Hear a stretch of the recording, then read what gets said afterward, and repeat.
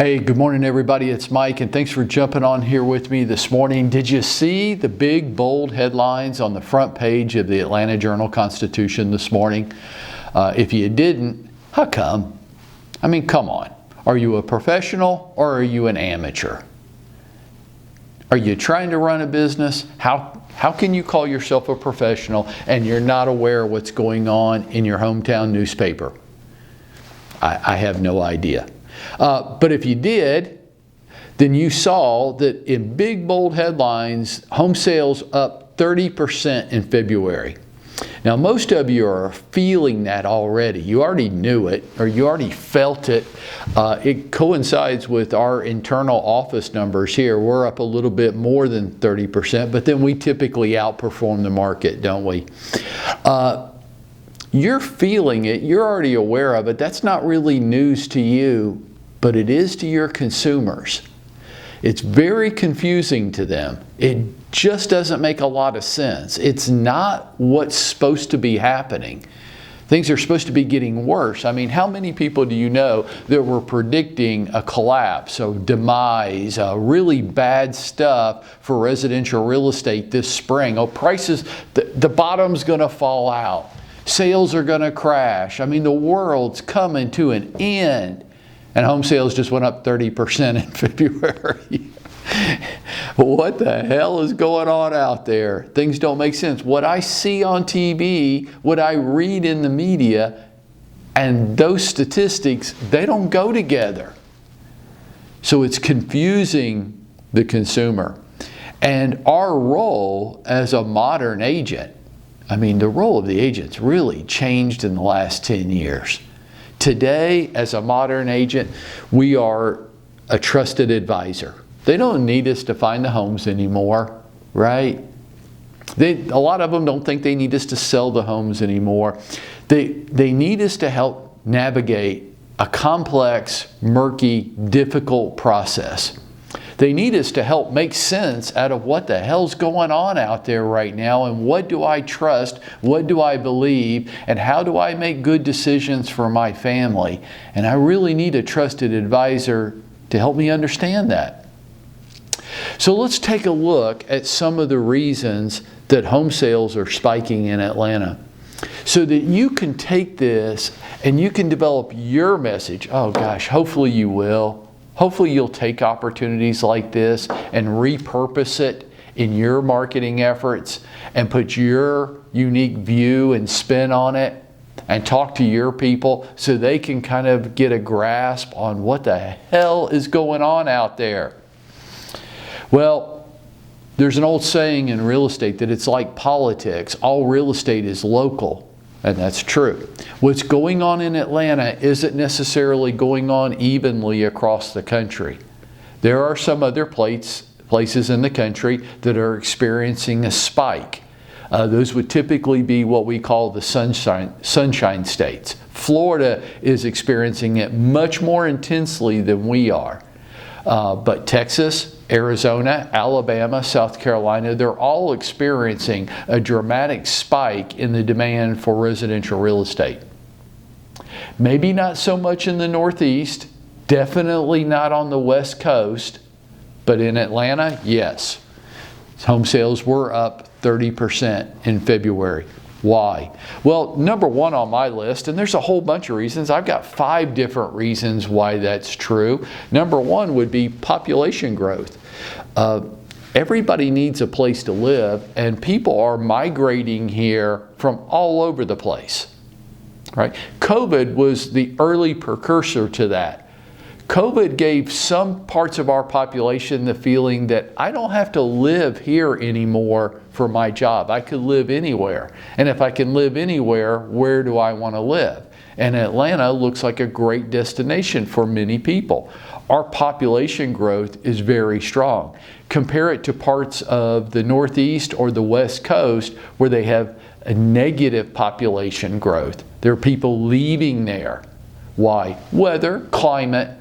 On the West Coast, it could just be as simple as taxes, where the state of California's state income tax is 16%, where in Georgia it's 6%, in Tennessee and Florida it's 0%, Texas it's 0%. So that's a lot of money to some people. Population growth, I think, is the #1 driver of real estate sales. #2 on my list, rental rates. Yeah, homes have gotten more expensive. Home prices have gone up, no doubt. Mortgage rates have gone up, no doubt. Nobody's arguing that. But everybody needs a place to live, and rental rates have gone up more than home purchase costs have gone up. So everything in our life is more expensive than it was a year or two ago. I think everybody would agree with that, right? Is there anything that you purchase today that is less expensive than it was 2 years ago? No, of course not. Everything's more expensive. They call it inflation, and it's been a very real thing. But rental rates have gone up much faster than the cost of home ownership. And everybody needs a place to live. So yes, it's more expensive to own a house today, but it's even more expensive to rent. Mortgage rates. This is a big point of confusion for not only consumers, but many of us. And I think those of us here in our office have learned from Greg Janicki a lot about how mortgage rates act. And while the Federal Reserve Bank might be increasing their cost of borrowing, that's not a direct relationship to mortgage rates. And we've watched, and Greg's been right when he's pointed this out so far, that as the inflation rate continues to drop, mortgage rates will follow behind it, and mortgage rates will drop. So when consumers see mortgage rates dip, they go out and they buy. Why? They need a place to live. Everybody does. #4 on my list is millennials. Now, you can make whatever millennial joke you want this morning. I'm not here to make fun of millennials. We can do that after the call. What I'm here to do is talk about they're the largest demographic on the planet, and they're aging into home ownership. They are starting to get into their 30s, and they're getting married, and they're having babies. They might be doing it a little bit older than when their parents did it, but they are creating households now. And that creates a demand for home. When your wife comes home and says, guess what, we're having a baby, all the priorities in your life just changed. And that's creating more demand on home ownership as millennials age into adulthood and big time lifestyle decisions.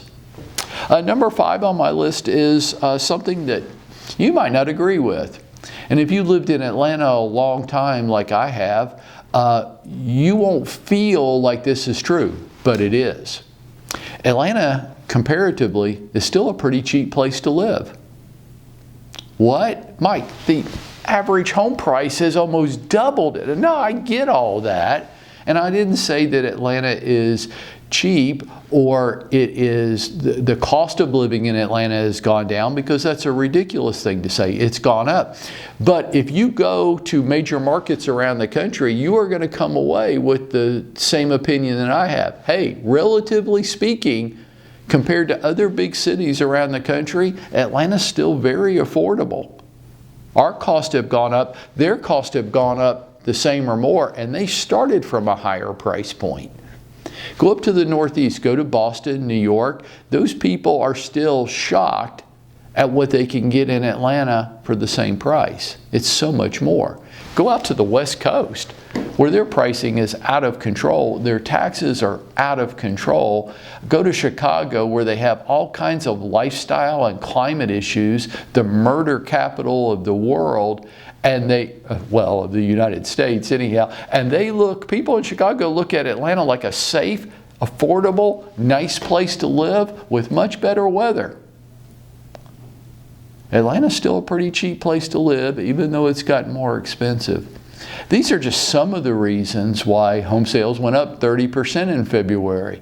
I bet you have other reasons.